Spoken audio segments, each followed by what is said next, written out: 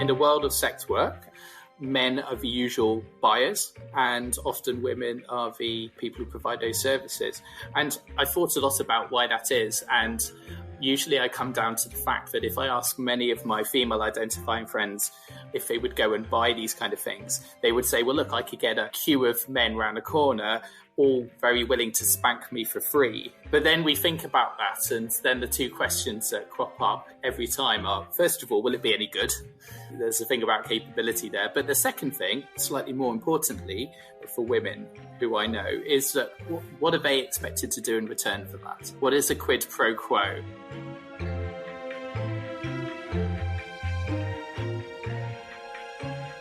Everybody, welcome back to Spank U Next. This is episode 2 of our recently launched podcast, and we're your hosts, Anna and Gregor. Second episode already, and we hope you liked the first one when we talked to Lola Jean about pegging. Each episode, we invite a kink-positive guest to dive into their field of expertise. And we've been hearing really good things from the first episode. You guys have been reaching out to us in the community, but we want to hear more. We want to know what you'd like to hear next, what you're thinking about, all the conversations. So hit us up on our Instagram page. It's at Spank U Next Podcast. Today's guest is Master Peter. He is one of London's most prolific pro-doms, and he is head of curriculum of the BDSM training school. Ah, the BDSM training school, you say? If you didn't listen to the first episode, the BDSM training school is an online educative portal led by vetted non-risk instructors on Fetish.com. And Fetish.com? Fetish.com. Who works for Fetish.com, Anna? We work for Fetish.com. So me and Gregor are friends, but we're colleagues at Fetish.com. So you can go online, enroll in a course, everything from brat play to pegging to impact play to hair pulling. There's a lot of kinks on there to dive into. Yeah, and as we just mentioned, Master Peter is the head of curriculum of all of these courses. So he selects them, he kind of gets in touch with the educators, and yeah, I think he's a bit of an educational BDSM nerd, as he calls himself. Yeah, we're not just calling him a nerd, he self-identifies as a BDSM nerd. And he came to kink in quite a curious way, accidentally actually, after teaching swing dance at an event in London. And now he is prolific. Yeah, who could have imagined that, no? From swing dance to BDSM, it's actually a short way. Who knew? It was the crossover we all need. And what's rare about Master Peter is being male and a pro-dom, which basically means he accepts compensation for BDSM services and he caters to women and couples. Yeah. So this is something really special because we don't see so many women as clients in sex work. In general, I think we think men are the clients and female identifying people are the providers or people in the LGBTQ plus community. It's the patriarchy. It's the fucking patriarchy yet again. Yeah. So Master Peter, he will explain why women actually might want to look for a professional to give them a really good spanking and to kind of cater to all their needs. Yeah, undoing the shame, but also making it safe. That's the other big topic of this episode, safety. So, BDSM, risky. Risky? And that's part of the titillation, right? Oh, totally. Oh my god, that's really what kind of gets you going. Can it ever really be safe? Can it? It can be as safe as possible. It can be safer. You can plan. You can communicate. But there has to be the understanding that it could go wrong. Yeah. So we have the sex work, the safety aspect of BDSM, and we have another fun topic in there, which is 50 Shades of Grey. The word that shall not be spoken in the community. We know how much people hate it, so we had to ask Master Peter, is it a help or is it a hindrance? Yeah, we definitely see how this book helps bring BDSM into pop culture, but it comes with a lot of danger because some people have really, really wrong ideas of BDSM. It's a double-edged sword, for sure. You have it becoming a little bit more normalised, kink shaming going away slightly, but you have Christian Grey, an abusive predator who came to kink through abuse, which is a trope we see time and time again, and that we try to get away from in saying that kink is nothing to be ashamed of. Yeah, because in the end, the message of the book is a bit kind of your childhood trauma causes you to have non-normal sexual desires in your adulthood. And I think that's where it's so wrong.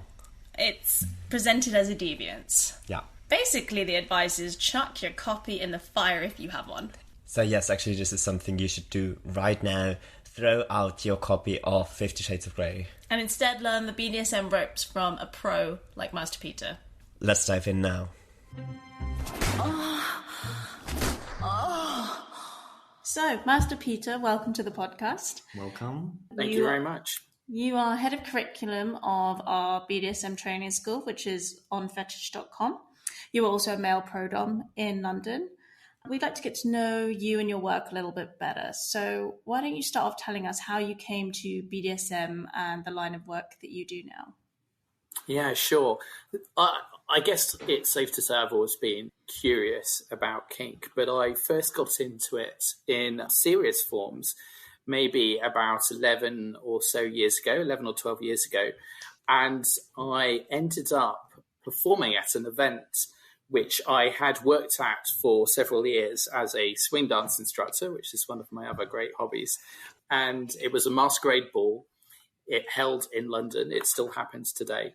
And they would always have a dance class at the beginning of the night, and I taught a swing class. And the rest of the night was dancing, cabaret, burlesque. There would be some knife drawing, a menagerie with lizards and snakes you could play with, that kind of thing.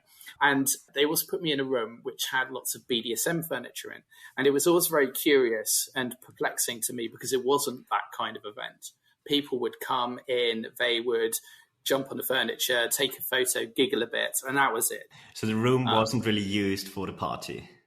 It wasn't used for the party, but the organizer had got the furniture because they thought it was a bit edgy and a bit fun and a bit curious. So I said to the organizer one day, look, why don't we do something different with this space? Why don't we run it like a bit of a kind of a dungeon? Why don't we put on a bit of a show, nothing too serious, just make it slightly more interactive? And she said, oh, that's a great idea.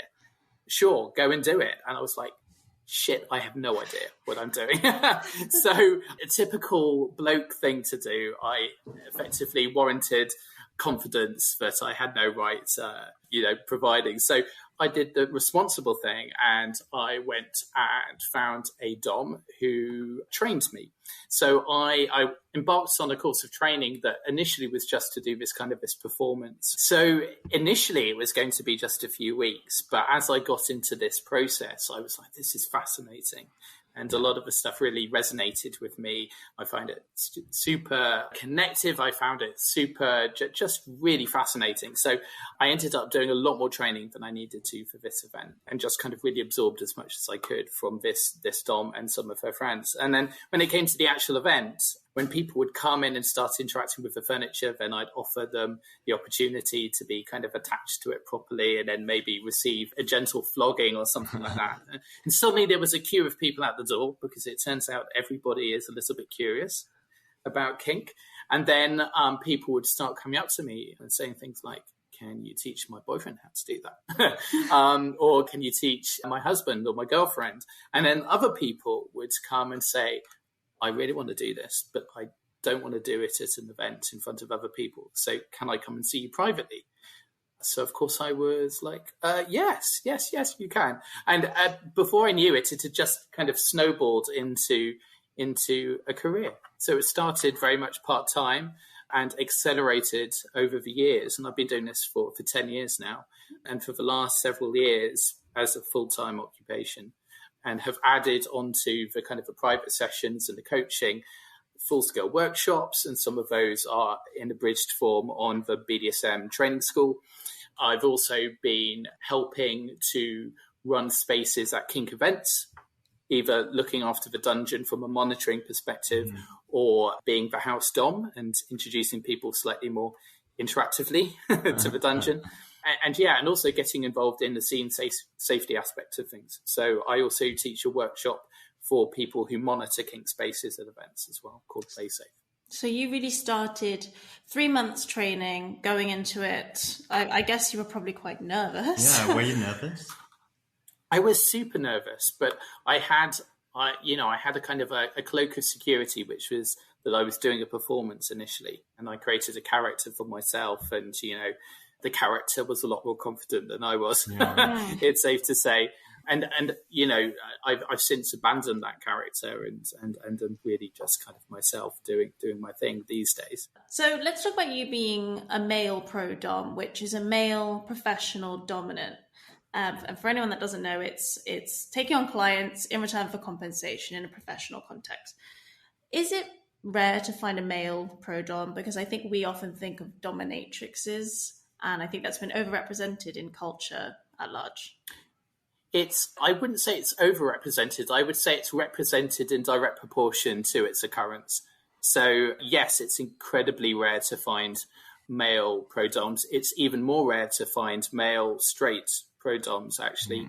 When you find male pro-doms out in the wild, often they're men who work with men. Yeah, I'm a man who works with women. Yeah. So yes, it's rare and it's not represented in society at all, really. I think there's good reasons for that. In the world of sex work, and doming is sex work, even if I don't have sex with people, men are the usual buyers of sex work, and often women are the people who provide those services.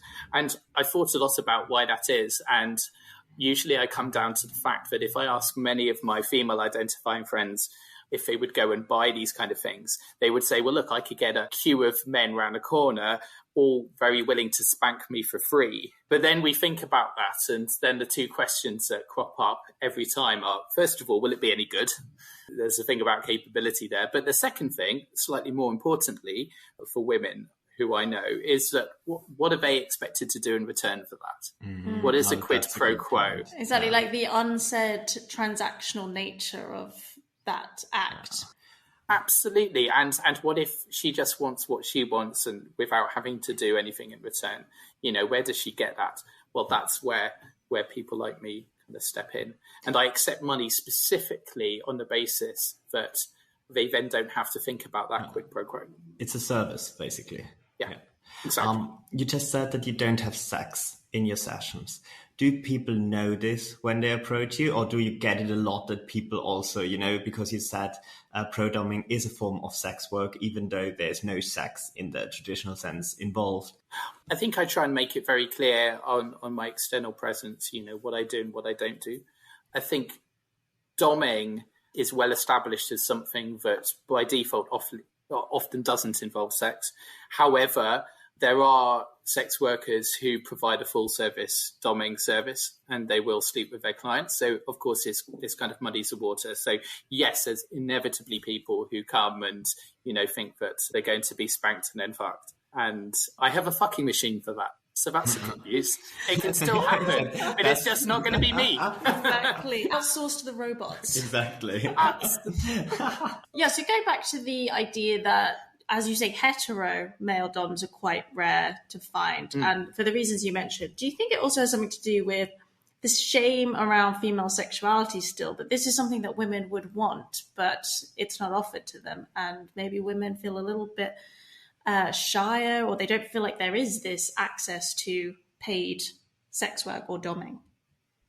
I think it's a combination of those things, undoubtedly. I think, first of all, you're right.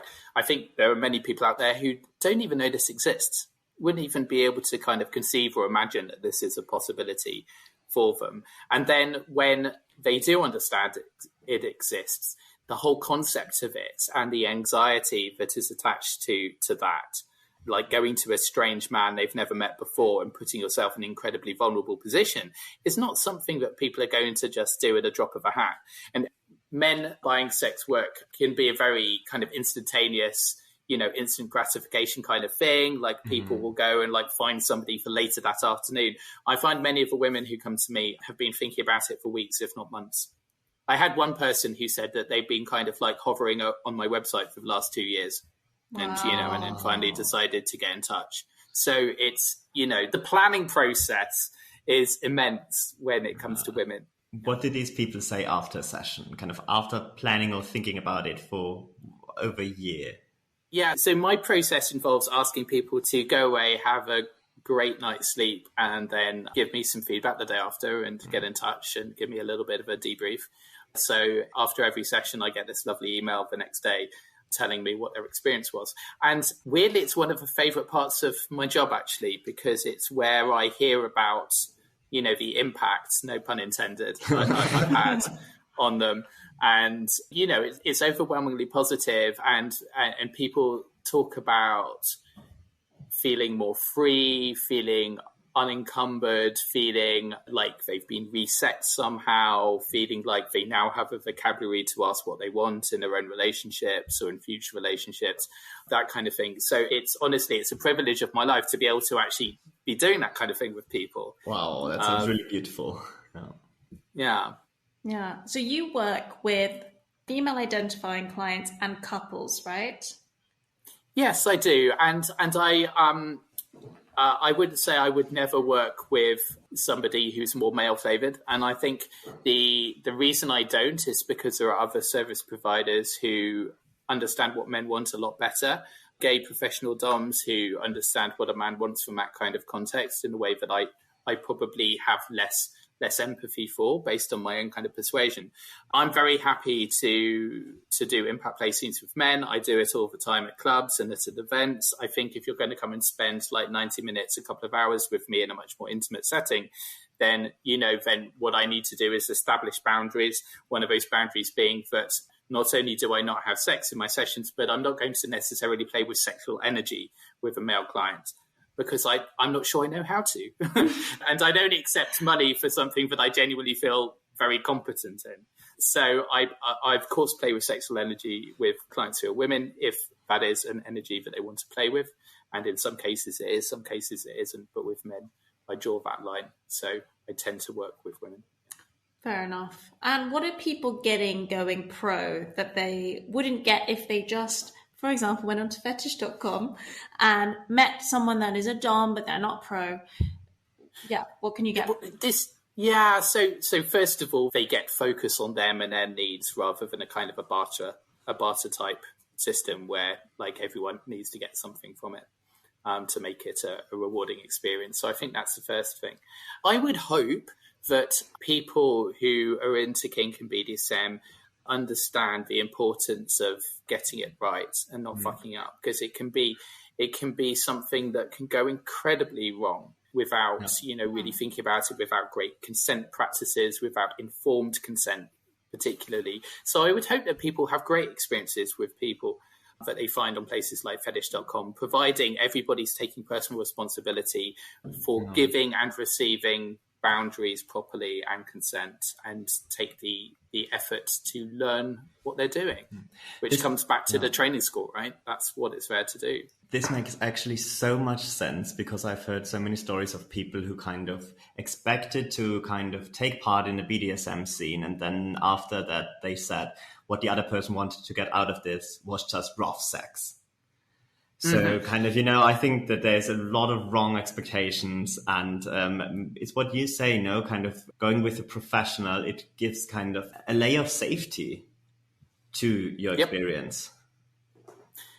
Yeah, absolutely. Because if you're not safe as a professional, then I think your career comes, slamming to a halt incredibly quickly, right? You just can't sustain it. And I think that's why kind of male pro doms actually have to be so incredibly important, because we're kind of like, we've got the weight of all male pro doms on our shoulders, really, when we do what we do, because the second a male pro like fucks up, does something bad, makes a mistake, then I think we're probably it makes everybody look bad. Yeah, we're all done. Yeah. Is there kind of a community of pro-doms in the UK? Do you know kind of people who are also pro-doming? Yeah, so I've gotten increasingly involved in the kink community in and around London, and further afield, actually, places like New York as well. And there is definitely a community. I find a really fun dynamic of networking with other DOMs. There's things like DomCon, where DOMs get together and actually go and learn together and share things with each other. I love it. It's like Comic-Con for DOMs. Isn't it a bit one-sided if it's just DOMs? I think, yes, it's a bit one-sided, but at the same point, we need to do it at some point. Yeah. Right? We need we need to kind of understand that there are other people who do what we do, and network with them and learn from them, and share what we know as well, and develop standards for what we think and how we represent that to the external community as well. Speaking of which, you won Best Master at the UK Fetish Awards in 2020, right? Yes, I did. The only good thing to happen in 2020, pretty much. True. How did that feel? It felt incredibly humbling.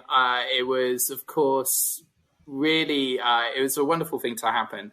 It almost didn't happen in a way that you'd expect it to, because when I was nominated, somebody nominated me for the awards. But when I was nominated, there wasn't a category called Best Master. And I got an email one day saying, "You've been nominated for Best Dominatrix." Oh, I can imagine that went down before. I was like, you what? So I was quite surprised about this. And not only was I surprised, but lots of dominatrices were surprised, because one of the frequently asked questions on the award site suddenly became, why is there a man in our category? And they realised that, if people were nominating male pro-doms, maybe they needed a male pro-dom category. So they created one. Several other wonderful male pro-doms were nominated. And so I was privileged to be the first ever one to have won that particular award. So it's mold breaking in a sense, and I'm really glad that it happened, because now it's just raising awareness of the fact that men do this work. It is, and also I think it's also raising awareness that there are female clients or female identifying clients. And I think that's the important thing, because when Anna told me about you winning Best Master and this whole category being created, basically, I thought, but where's the story there? Because we need to empower women. We've had already a lot of stories about empowering men, but the story here is really it's about women being empowered. Exactly, about empowering female sexuality. Exactly. Absolutely. And one of the things that we know from broader society is that, everything in mainstream society is pointed towards men as a consumer when it comes to sexuality. The amount of money and research and development that goes into things like Viagra, but doesn't go into female libido, is just shocking. It's absolutely shocking. So, why can't we do better and start talking about female sexuality as something that should be celebrated, but also better products should be provided for it, and not just things that require batteries. I do see you being in the category with female dominatrices also. I can see why there was probably some tension there. What was the pushback like? Was there a reaction? Did some women feel that there was this man coming into a space which was for them?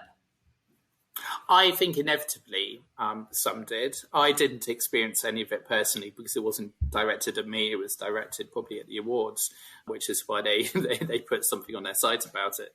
I can only imagine that some people felt it was inappropriate for me to be in that category, and I absolutely support them in that. I think femdom and female doms, women doms, I should say. I don't like using the word female. It makes me think of Quark from Star Trek Deep Space Nine or something. Women doms, some of them are very much in the kind of a camp of female domination, because we're basically kind of inverting the patriarchy, right? And we're kind of taking back power. And therefore to have a man who is a kind of a power wielder, for want of a better term, in a kind of a category where it's a community of, fucking the patriarchy is maybe an unwelcome thing. Yeah. And I totally get that. We're talking before about why has the dominatrix been so popular in mainstream and popular culture as iconography. And like you say, it's almost because it's the inverse of the patriarchy and women being in these positions of power where they can dominate men. But it's kind of sad that it's so popular because it's so rare. And people see it as not the norm. Exactly, because for men often it's a fantasy, and it's kind of sad that it has to be a fantasy that a woman has power. Yeah, and the cliches are really truisms. The male company director crawling around on his hands and knees and drinking from a dog bowl and stuff. It's not just that they want to see women with that power; it's also that they want to experience the lack of it that they might have the privilege to have never experienced in their day-to-day life. It happens without women as well as because of women and their place in society. True. It's like the true surrendering of your male privilege.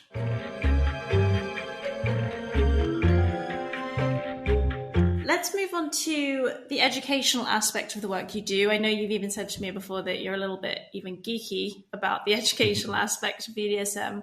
So why is it so important to you that people play safely and informed and people get educated? I think, one, because it builds a better community of people who are having better experiences with each other. And I think that just benefits everybody. I think, secondly, I think it's because we are a marginalized group in society, people who are kinky and people who are fetishists.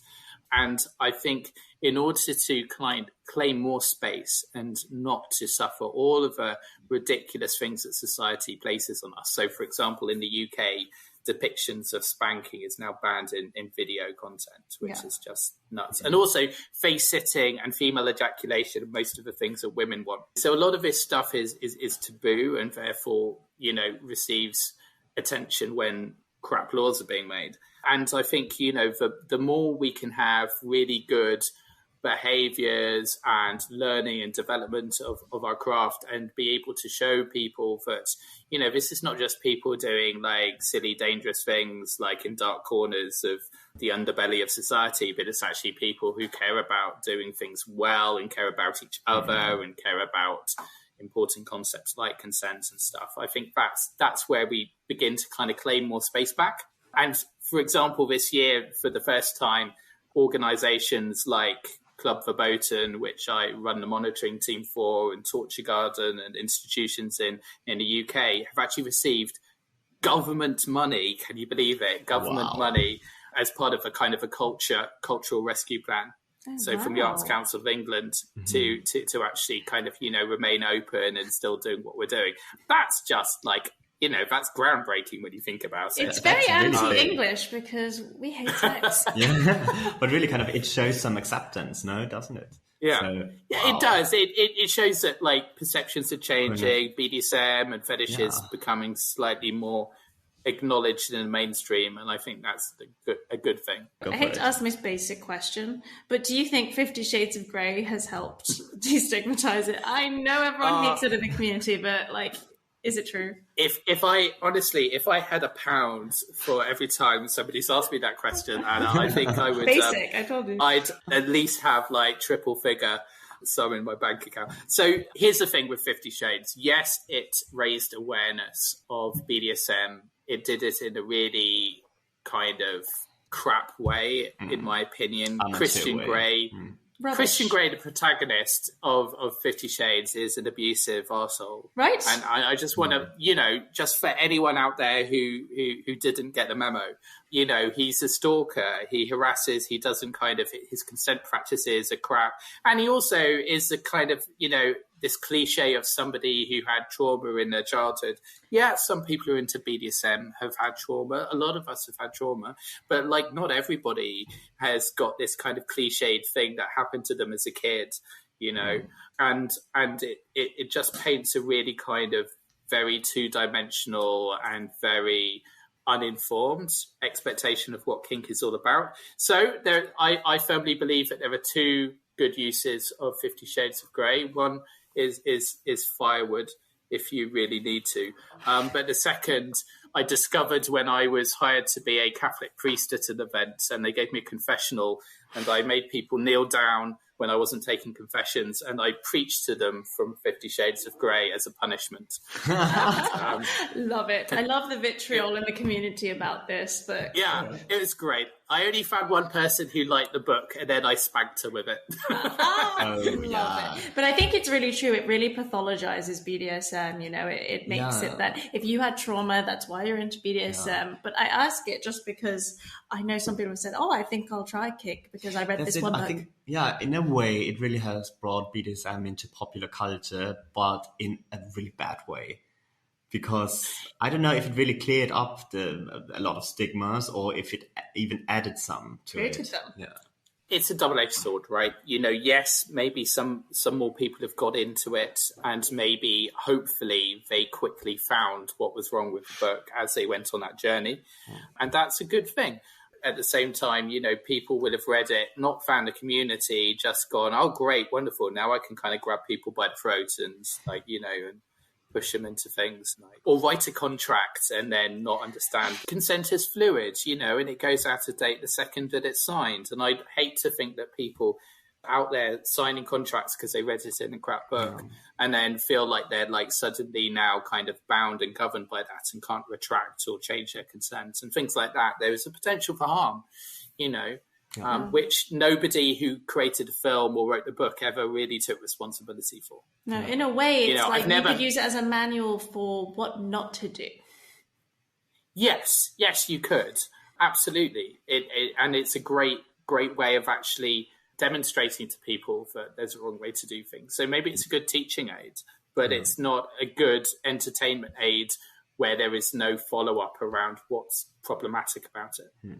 I like when you said that consent is fluent, because I can really see that sometimes you might be really into something, but in the moment it's happening in the session, for various reasons, you're not okay with it anymore. And then it's, of course, important to communicate that.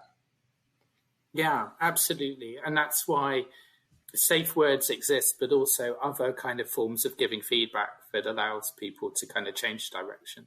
Oh my God, that's so true, because I think safe words are sometimes so one-dimensional. It's a safety mechanism, not a really good communication tool for much else, which is why, first of all, you had red, and then people were like, well, let's have amber. And amber is a great way of saying I'm coming close to a boundary. And then the person who's topping can then kind of pay attention to that and decide to respond to it, for example. But there's lots of other ways to provide feedback that doesn't just involve those two words. Yeah. I'm actually I really admire people who can tell when they're coming close to a boundary, because also in my personal life, I only know it when a boundary is crossed. Oh, me too. That's because we're super unreflective people sometimes in our life. We just go through with chaos.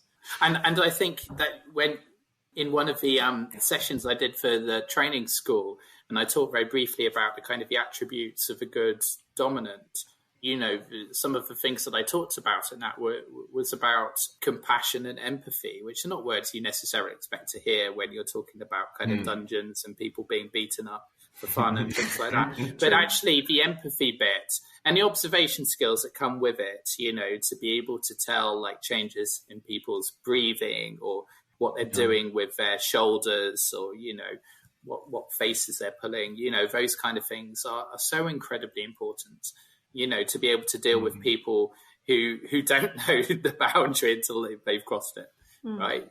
Yeah, so we have been using SSC a lot, which for anyone that doesn't know is safe, sane and consensual in a BDSM context. But now it's more du jour, or you propose to use RAC, which is risk-aware conscious kink.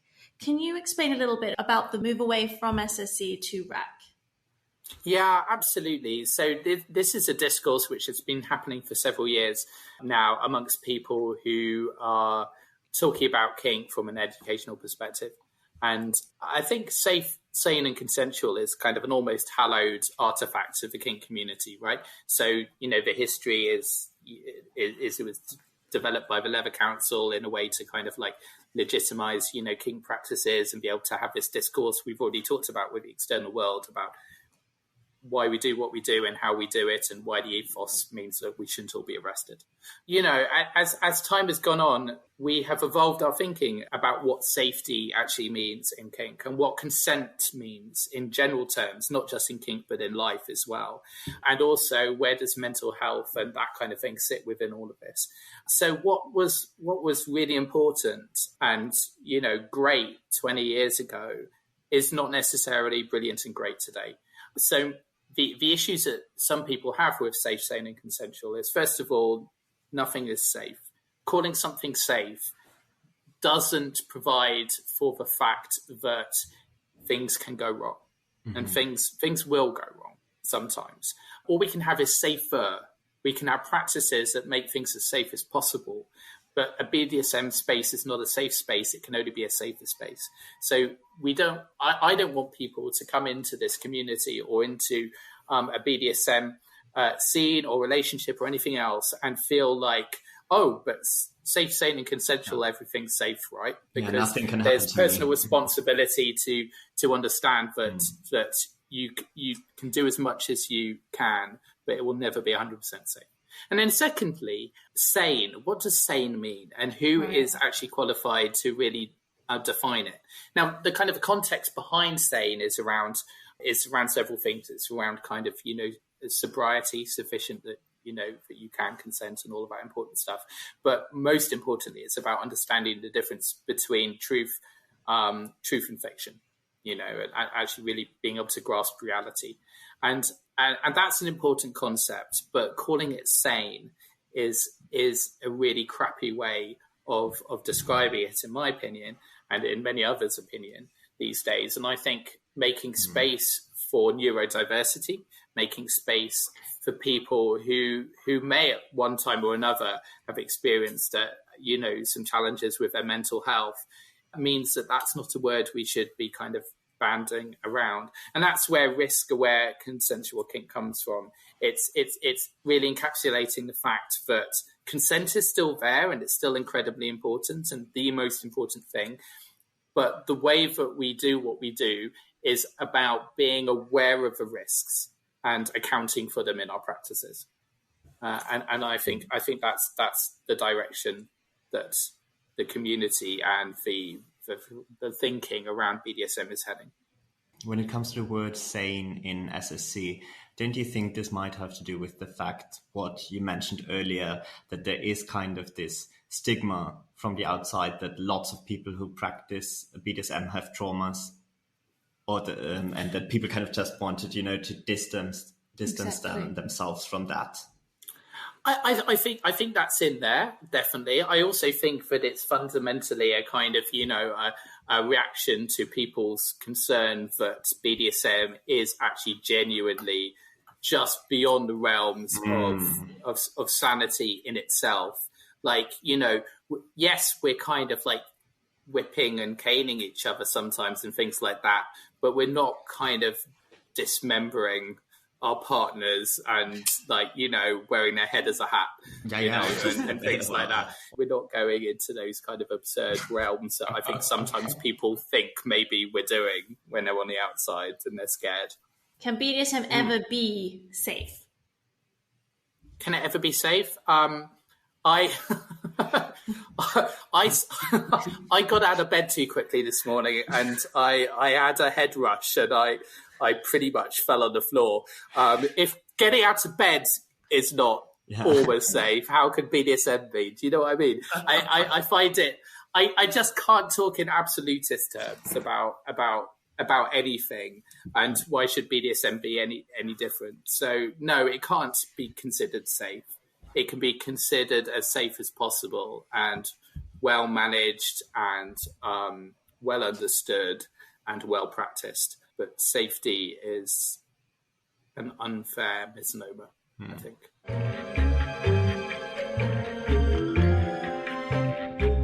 We've already mentioned the BDSM training school on Fetish.com a couple of times in this podcast.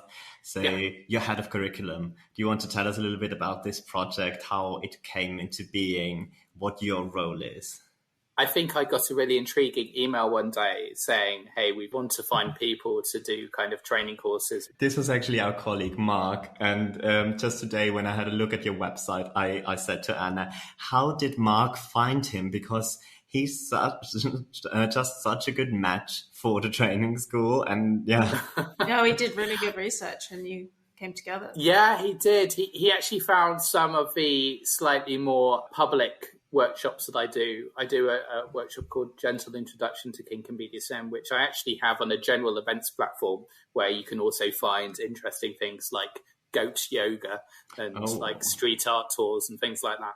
And he found that and thought, okay, this looks interesting. He got in touch with me. We had a discussion and like very quickly I started asking kind of challenging questions like, you're just approaching people on the internet. How do you know what they're teaching is any good? How do you know that their content is appropriate? You know, like, what's your quality control thing? And as we got through that conversation, I somehow wound up being partly accountable for all of that kind of stuff. And the rest, as they say, is history. So we've got a small but perfectly formed card of fantastic coaches and educators on the site now. That will increase, but we're being very picky about it. So that's a kind of a background to it. And went kind of live with it in external terms. And when I say external and internal, I'm talking about people who are already in Fetish.com and love using the site as a kind of a dating site and a community site, and people who might just stumble on a training school from anywhere on the internet, had never intended to sign up to a fetish dating site, but love the idea of learning. You were all welcome as well, whatever your objectives are. So we went live with that a few months ago, the beginning of this year. Yeah, there is even a free taster course, which kind of you're doing about hair pulling. Yes, absolutely. So it sounds like a weird thing to do a training course on, but I can promise you there is an epidemic of mediocre hair pulling going on out there. I would believe that. Yeah, I can sign that because I learned a lot. Okay, no, I didn't know how to do it right before. No, I have to admit I've never thought about doing it as a course before, but you can learn a lot. Yeah, and you know, I do an actual 20-minute course on it. I think the taster is about 5 minutes, and I've tried to cram like 20 minutes into 5 minutes. It's not that hair pulling itself is such a central practice to BDSM, but actually that the concepts involved in hair pulling are actually about putting together amazing power dynamics and kind of interacting with somebody in a really kind of intense, intimate kind of fashion. So it's a proxy for everything else we do in BDSM, which is around being permitted control over another human being and developing a really juicy dynamic with them. You also do a paid course on impact play. What can people expect from your course? Well, the course on impact play is something I'm developing at the moment for Fetish.com. I do it elsewhere as a live course and often as a kind of an in-person course. I think impact play is some of the basic tools of BDSM. A lot of people get into BDSM via impact, and therefore, you know, and also it's one of the things that has got the greatest opportunity for risk as well, you know, because people are genuinely kinetically hitting each other out there with their hands or other things. So I think it's a super important thing to learn how to do well. And also, just like there is an epidemic of mediocre hair pulling, there is an epidemic of mediocre spanking going on out there. And many people listening to this will be nodding their heads right now. As we are. I know people can see that, but we are. As you are too. And the issue is that, like, until somebody teaches this stuff, all people have to go on is what they saw in a dark corner of Pornhub, where like a couple of people are having relatively vanilla sex and doing some lackluster bum slaps whilst they're doing it, and it's just not good enough. So that's why that course exists, for people to understand how you can have a whole hour of impact play, and it, instead of being kind of monotonous, being just a roller coaster of fun. Talking of epidemics, we're coming out of the pandemic, we hope.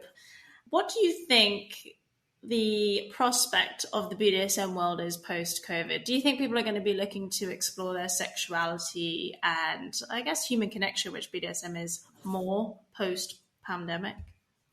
I think so. I think there will also be a little bit of caution. I think people will have slightly forgotten what it's like to do some of these things, particularly on the event side of things.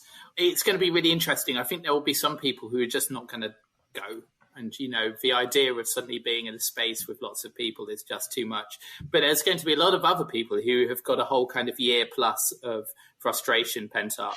And I'm wondering whether I should equip my staff with riot shields in the playroom. I don't know what it's going to be like, but, like, you know, if you're in London, please come along. And if police brutality is your kink, it'll probably happen. I love it. Well, on that note, tell people where they can find you and if you have any social media. Sure. So my website is masterpeter.co.uk. You can find me on Instagram, masterpeterlondon, and on Twitter, masterpeterldn. Those are my main channels. And of course, you will find me on Fetish.com as well, occasionally getting involved in interesting chats in the community. Amazing. Yeah, thank you so much for being here. This was so really insightful. Thanks for having me. Pleasure.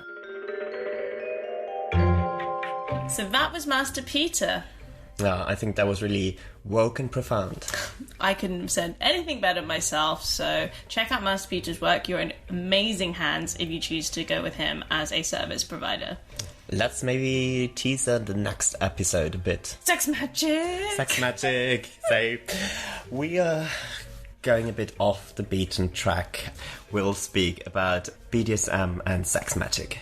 If you don't know about sex magic, which I have to admit I didn't until I came across Gabriella Herstick's work, it's magic with a K, very important, all about channeling your energy and intention towards a specific goal, and who knows, magic may happen. Yeah, we'll be talking to Gabriella. She's a real LA-based witch, and she'll explain to us about morning rituals, setting intentions, and why it's really okay to hex a rapist. And Gabriella talks incorporating S&M into your sex magic rituals, so really not one to be missed. It's something we've been very excited to present for a while, so we'll see you next episode, and for now, keep it kinky. Keep it kinky. If you enjoyed this episode, don't forget to subscribe to Spank U Next on Spotify, Apple, or wherever you get your podcasts. You can also follow us on Instagram at Spank U Next Podcast. If you're looking to connect with people who share your kinks, sign up to Fetish.com for free or download the Fet app from Google Play and the App Store. And for anyone looking to deepen their knowledge of kink, head to the BDSM training school on Fetish.com and enroll in a course now. And last but not least, shout out to our producer Tim Smith.